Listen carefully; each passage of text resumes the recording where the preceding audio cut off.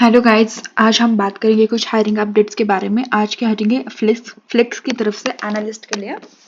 Job location है चेन्नई, तमिलनाडु। यहाँ पर अबाउट दी जॉब उन्होंने इंफॉर्मेशन दी है, आप यहाँ से रीड कर सकते हैं। मैं आपको the experience we are looking at to our team बताती हूँ। Good knowledge of the finance होना चाहिए आपका, एंड अकाउंटिंग कंसेप्ट होना चाहिए। 0 to 2 ईयर का आपको एक्सपीरियंस होना चाहिए। Good written and oral skills होने चाहिए आपको। MS Excel, MS Office use करना आना चाहिए। यहाँ पर वो आपको क्या प्रोवाइड करेंगे,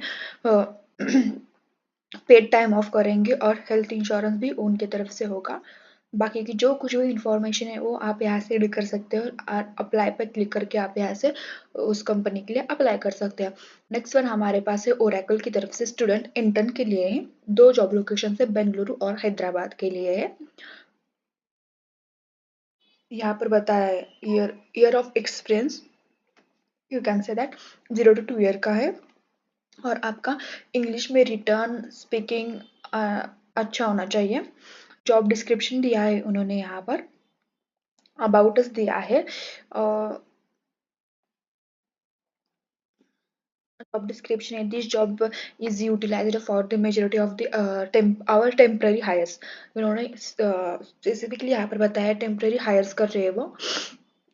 the individual is performing hourly job duties as defined under the fair labor standard act. यहाँ पर कोई भी परमानेंट नहीं है, उन्होंने परमानेंट जॉब नहीं बताया है। यहाँ पर है इंडिविजुअल है, कौन आई थिंक टेम्पररी बेस पर ये जॉब है। यहाँ पर ईयर ऑफ एक्सपीरियंस भी मतलब बताया है इनडायरेक्टली उन्होंने।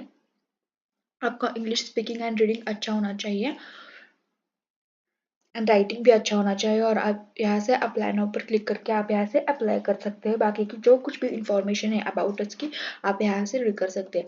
थर्ड वन हमारे पास है एक्सेंचर की तरफ से। अभी भी एक्सेंचर की हायरिंग्स चल रही है।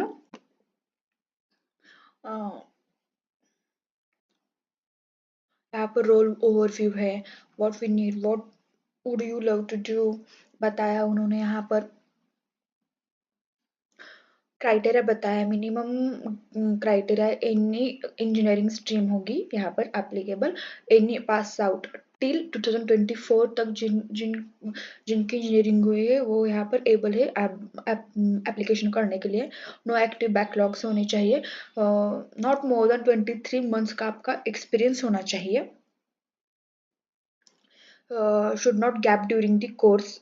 इंजीनियरिंग करते हुए और बीटेक डिग्री करते हुए आपका कोई भी एजुकेशन गैप नहीं होना चाहिए। Candidate should not have appeared, आप लास्ट 3 मंथ में रिक्रूटमेंट प्रोसेस में हायर अपीयर नहीं होना चाहिए।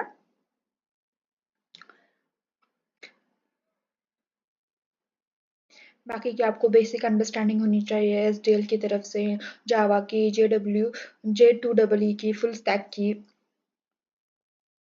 आप फ्लेक्सिबल होने चाहिए। All pan India job location है। यहाँ पर आपका कम्युनिकेशन स्किल अच्छी होनी चाहिए। 24/7 शिफ्ट आपको बेसिस ऑन बिजनेस रिक्वायरमेंट होगी। अब यहाँ पर बहुत सारे स्टूडेंट को प्रॉब्लम आ रही होगी कि हमने तो 3 मंथ पहले भी अप्लाई नहीं मतलब दे चुके थे, हम 3 मंथ हो गए फिर भी हमारा अप्लाई नहीं हो रहा।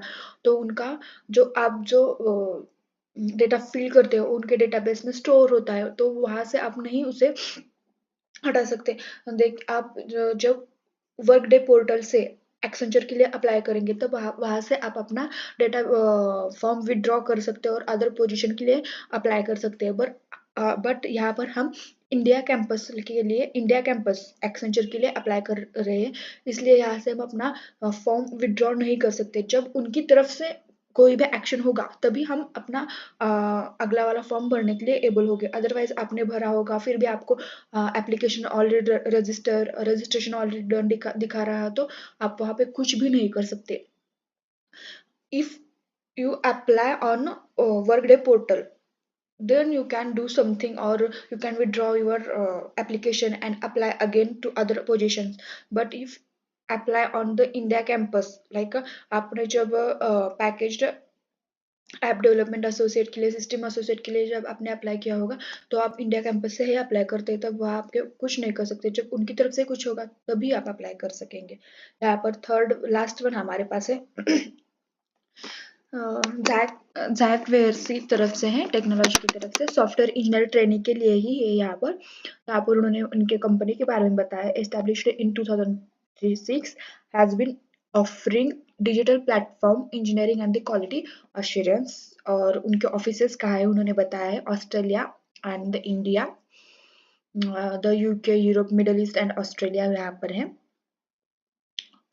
एजुकेशनल क्वालिफिकेशन क्या होना चाहिए? You should be at least graduate be in any stream as a computer science. आपके मिनिमम 85% तो होनी ही चाहिए ग्रेजुएशन में। Any additional certificate would B plus होगा यहाँ पर। और सिलेक्शन प्रोसेस भी बताया, एप्टीट्यूड टेस्ट है, टेक्निकल टेस्ट है और टेक्निकल इंटरव्यू भी होगा यहाँ पर। रिक्वायर्ड स्किल्स क्या है? Excellent analytical and logical ability होनी चाहिए। और यहाँ पर उन्होंने मेंशन भी किया है, selected candidate will be placed at our office in Techno park Thiruvananthapuram और एट अ कोची।